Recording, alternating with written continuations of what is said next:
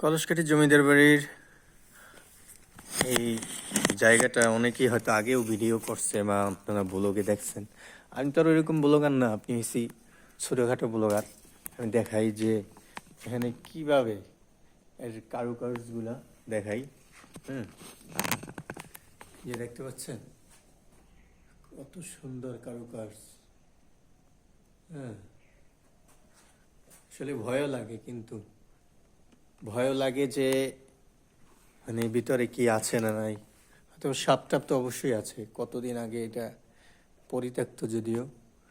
দেখেন ইট কিন্তু আগের দিনেও যেরকম ছিল এখনো এরকমেরই আছে। হ্যাঁ, এগুলির স্থায়িত্ব অনেক।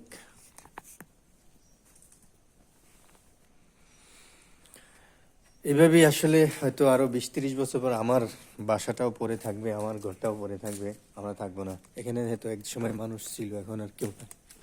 হ্যাঁ, তাই না? এখানে কিন্তু দুইটা সিংহ আছে।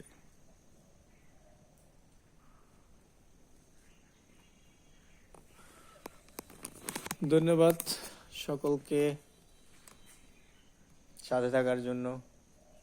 কেউ যদি ঘুরতে আসেন এখানে, ঘুরতে আসতে পারবেন। ধন্যবাদ।